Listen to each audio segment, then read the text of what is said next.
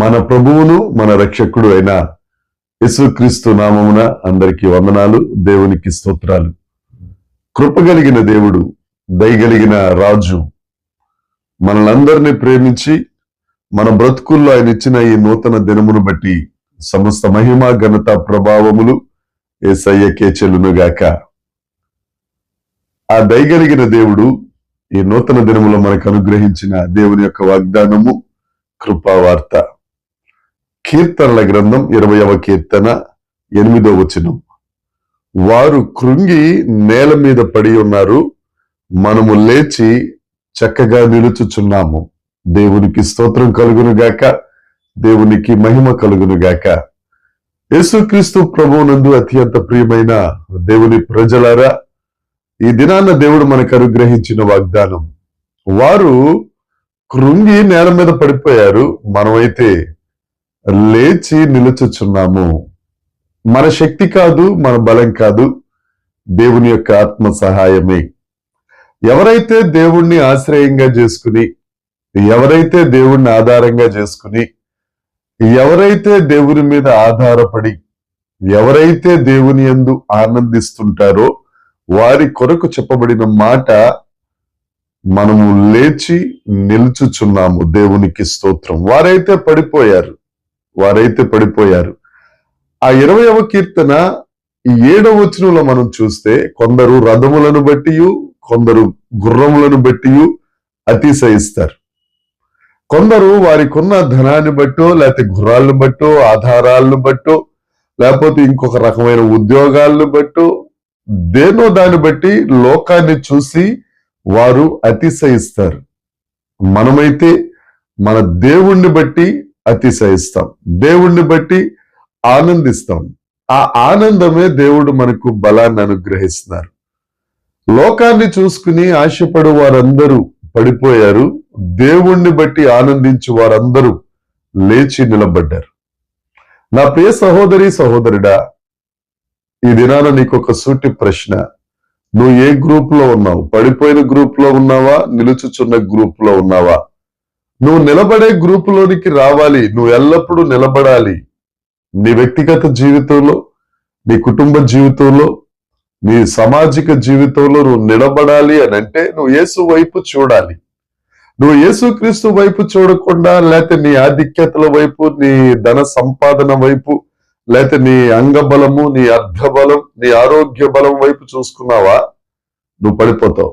ఎందుకంటే ఉన్నామంటారు, అంగబలం కనపడుతుంది, నీకు ఏదైనా నీరసం వచ్చింది, లేకపోతే జేబు ఖాళీ అయిందంటే ఒక్కడిని వెనకాల ఉండడు. నీ అర్ధబలం, డబ్బు ఎప్పుడు ఎవరి దగ్గర ఉంటుందో చెప్పలేం. అలాగే నీ ఆరోగ్య బలం, చిన్న దోమ కుడితేనే అలెగ్జాండర్ ద గ్రేట్ ప్రపంచాన్ని జయించిన వాడు ప్రభువునందు నిద్రించాడు. ఏది శాశ్వతం కాదు, ఒకరే శాశ్వతం, ఆయనే యేసుక్రీస్తు ప్రభువు.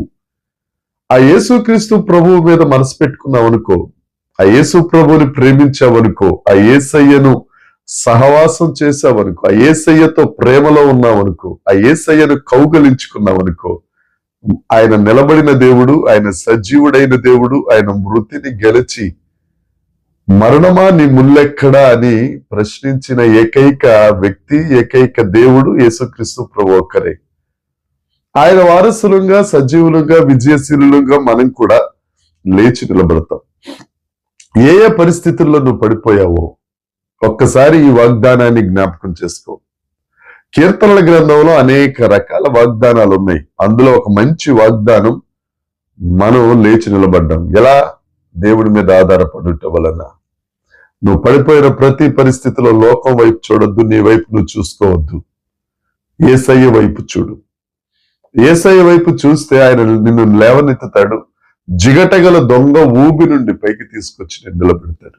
అంతేకాదు, ఆయన పరమును విడిచిపెట్టి భూలోకానికి వచ్చింది పాపివై పడిపోయిన నిన్ను నీ పాపం నుంచి విడుదల దయచేసి పరిశుద్ధంగా చేసి దేవుని ఎదుట నిలబెట్టడానికి, దేవునితో పాటు నువ్వు యుగ యుగాలు ఆయన సన్నిధిలో నివసించడానికి, నిలిచి ఉండడానికి ఆ గొప్ప మార్గము, సత్యము, జీవమై ఉన్న యేసయ్యను నమ్ముకో.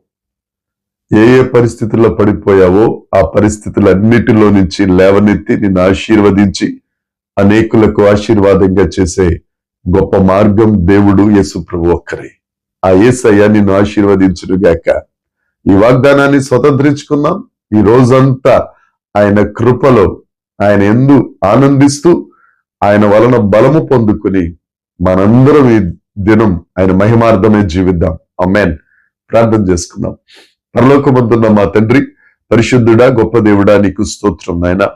ఈ దినాన మీరు మాతో మాట్లాడిన ఈ వాగ్దానాన్ని బట్టి నీకు స్తోత్రాలు. పరిశుద్ధాత్మ దేవుడా, నేను నీ ఆత్మతో నింపబడి మీ మీద ఆధారపడి నీవు విడువరి ఎడబాయిని దేవుడవని జ్ఞానము కలిగి తెలుసుకుని వారమై నీ సన్నిధిలో నిలిచి ఉండే భాగ్యం ప్రతి ఒక్కరికి అనుగ్రహించి మహిమ పొందుమని యేసుక్రీస్తు నామమున ప్రార్థించి అడిగి వేడుకొనుచున్నాము తండ్రి. ఆమేన్. దేవుని కృప మనందరికీ తోడై ఉండును గాక. ఆమేన్, ఆమేన్, ఆమేన్.